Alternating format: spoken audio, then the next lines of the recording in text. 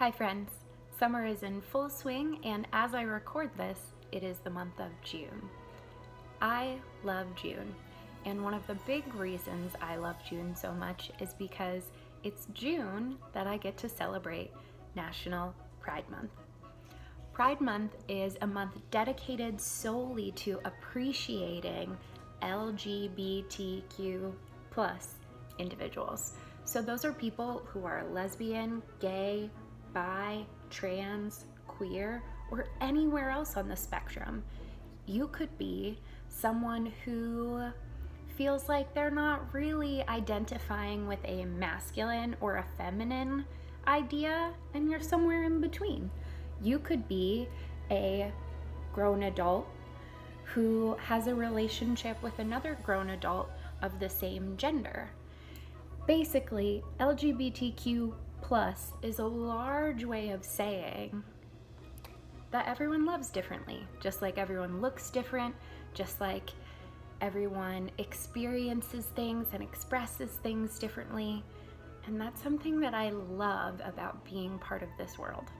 So I really enjoy celebrating it, and in honor of Pride Month, I thought I would read you one of my favorite books as of late, Prince and Knight.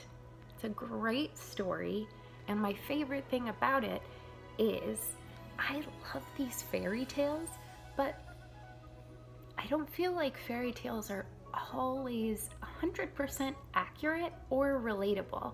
Like, I want to slay some dragons. I can fight. And I'm sure a lot of girls out there have felt that way if they're reading stories about princesses. So,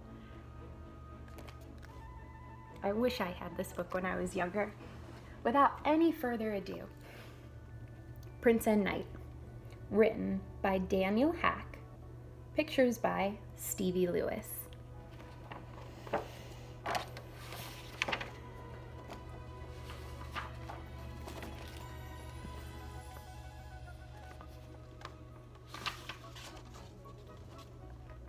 The dedications. To those who have faced scarier foes than dragons in the fight for love. D.H.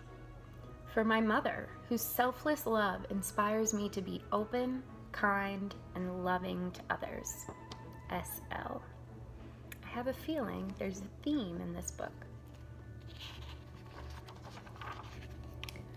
Once upon a time, in a kingdom far from here, lived a charming prince who was handsome and sincere.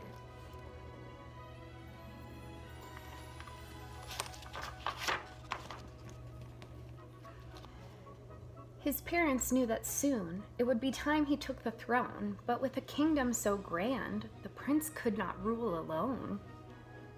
So the three of them set out and traveled far and wide on a quest to find the prince a kind and worthy bride.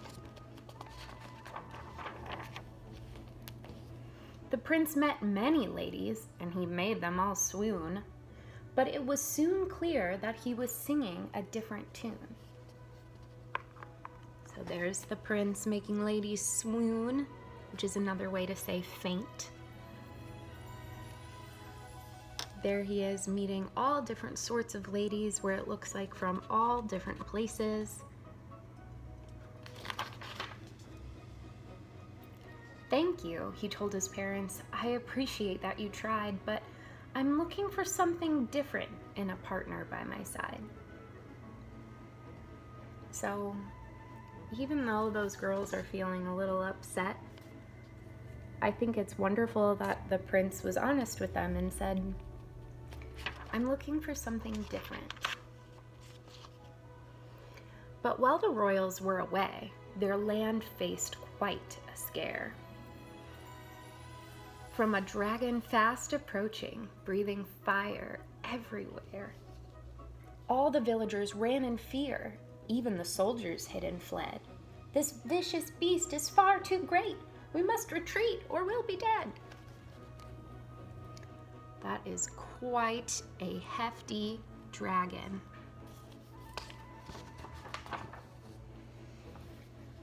The prince heard the dreadful news, and he raced home with all his might to protect his precious realm. The prince was ready for a fight.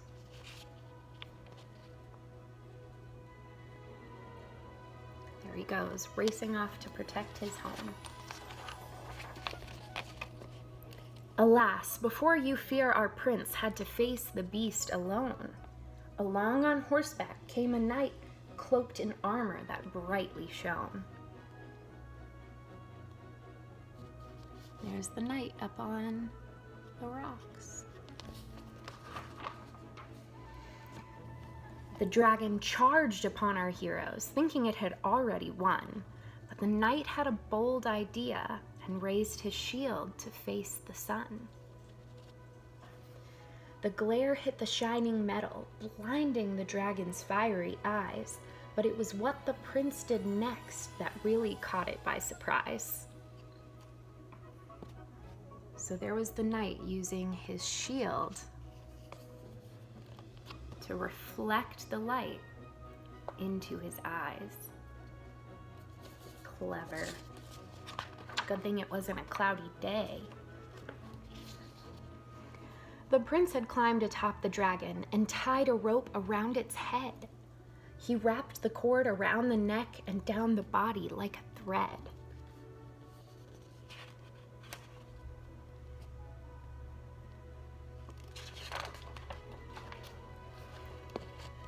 The plan had worked. The dragon was caught.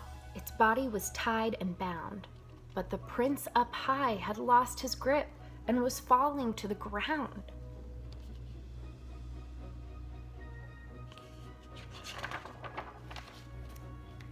The knight below jumped on his horse and they began to race. The prince was caught and free from harm, held in the knight's embrace. So here he is falling, and then the knight swoops in to save him. "You saved my life, and you saved mine," they said to one another. And in a flash, to each it felt there simply was no other.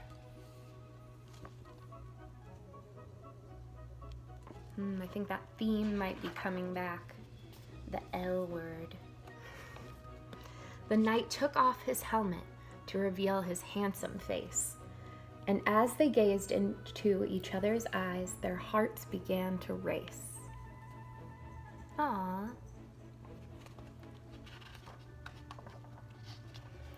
As the villagers returned, it became clear to those around that the prince's one true love had at last been surely found. So everyone around can tell how happy they make each other. There they are, enjoying the fountain together. The king and queen had come back too and were overwhelmed with joy. We have finally found someone who is perfect for our boy.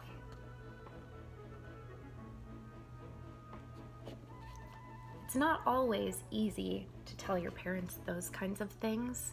Tell them that you've made a big life decision, or share with them something that maybe you're feeling unsure about.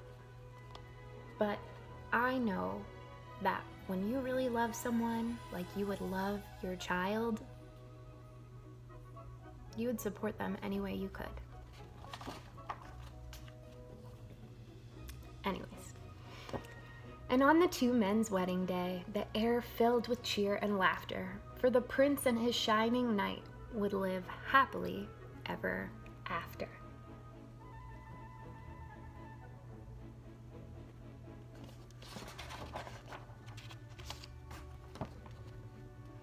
There they are, standing together.